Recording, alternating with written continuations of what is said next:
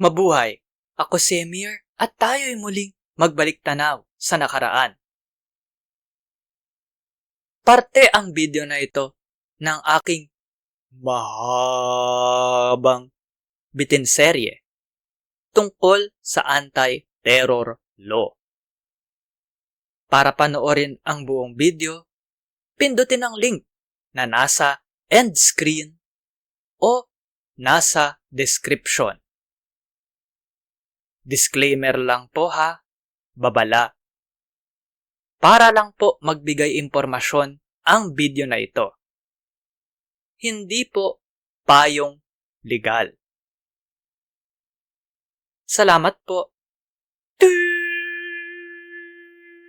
Sabi po ng korte sa Calleja, sa Pasha, ayon po sa Senado, hindi sapat ang 36 na oras. Sa HSA nga po, ginawa ng 3 araw yan 3 araw maximum.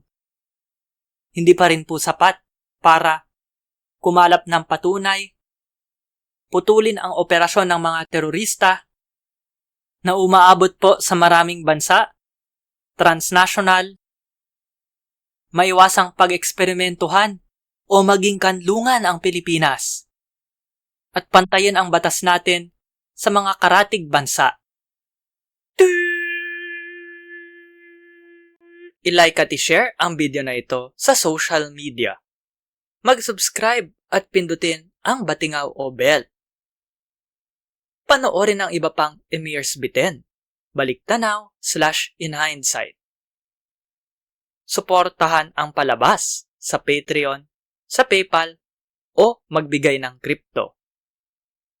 Salamat sa kapatid kong si G-G Arts para sa aking avatar. Tignan at suportahan ang kanyang mga gawa sa mga link sa description.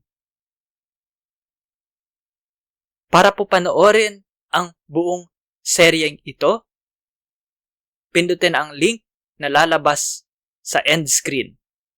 Dapat ngayon na. Maraming salamat po.